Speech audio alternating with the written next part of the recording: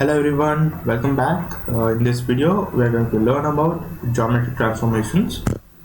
Now, let's see what are geometric transformations in terms of OpenGL. Now, these are very fundamental operations done using computer graphics, which helps to manipulate your objects such as your models, maybe your 3D objects like your cube and all.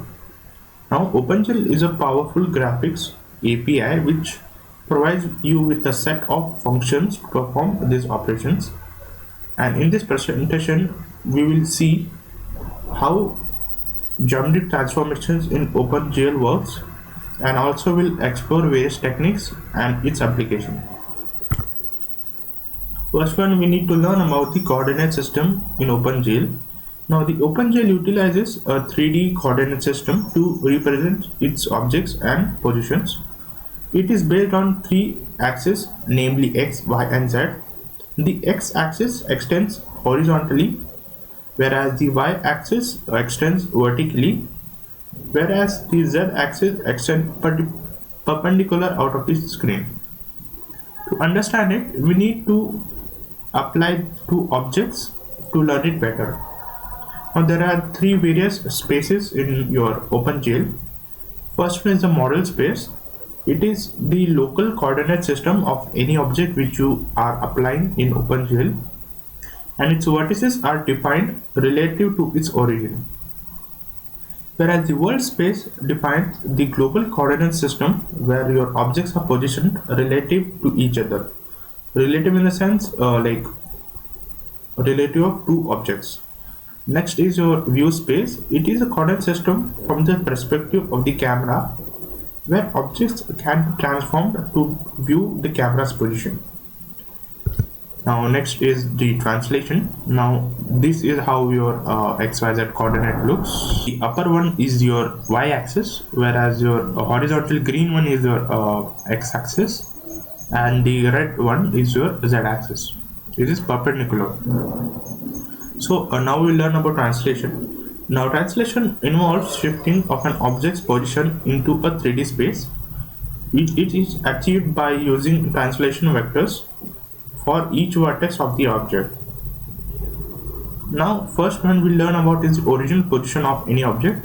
It is initially the location of the object located at its coordinates. Next is translation vector. A vector, when is applied to an object, it indicates the desired direction and magnitude of movement of that object. Now, next is your translated position. Here, when an object is moved to its new position based on the translation vector, then it is known as a translated position. Next one is our rotation. Now, the rotation involves rotating an object around any specific axis in your 3D space. It requires axis of rotation and angle of rotation to make an object rotate. Now, it is usually done by having a reference fixed point around which the object will be moving. Now, first we'll learn about is the axis of rotation. It is the axis around which the object rotates. It can be of any axis X, Y, or Z, or can be a custom axis defined by the vector. Next is your angle of rotation. It defines the amount of angle in which the object will be rotating, and it is specified in degrees or radians.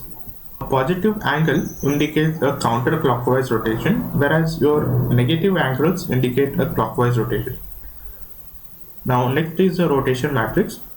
It is a mathematical representation of your rotation transformation, which is used for vertex of the object.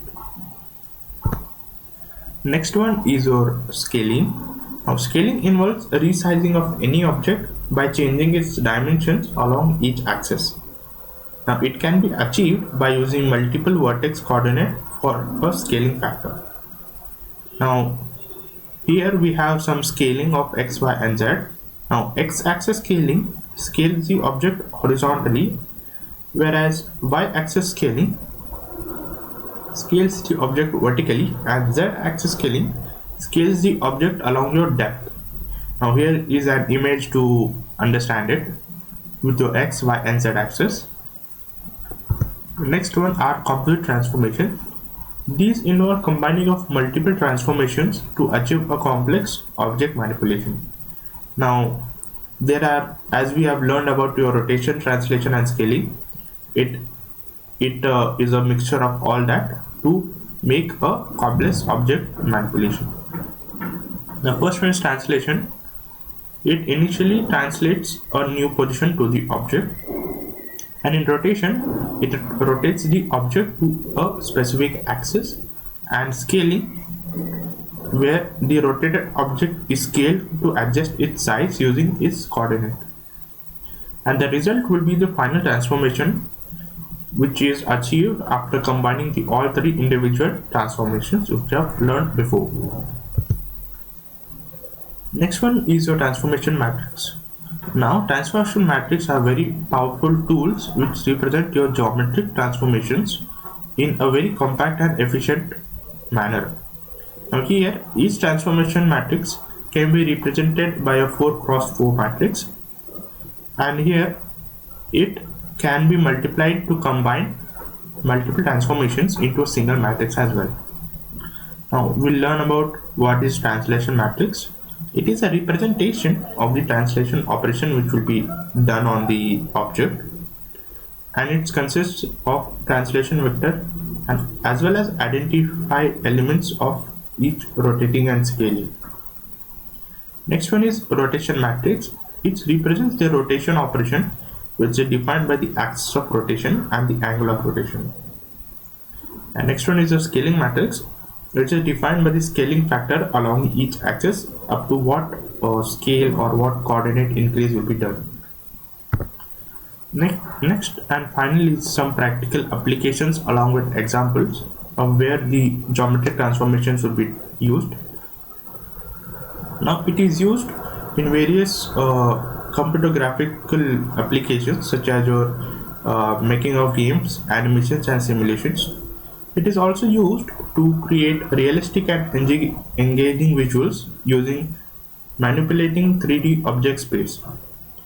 Examples are for character animation. Transformations are used to move their limbs and changing their positions. Next one is your object placement. Transformation allows to position an object in an scene and arranges them in their specific location. And finally is the camera movement. It is used to control the camera's position and orientation, which helps in creating different perspective and viewpoints. Now a good example for all this is any of your game designing softwares, which will be allowing using of such various transformations to do such designing of your characters into it. So this is the end of the video, people, and I hope you like it. Thank you.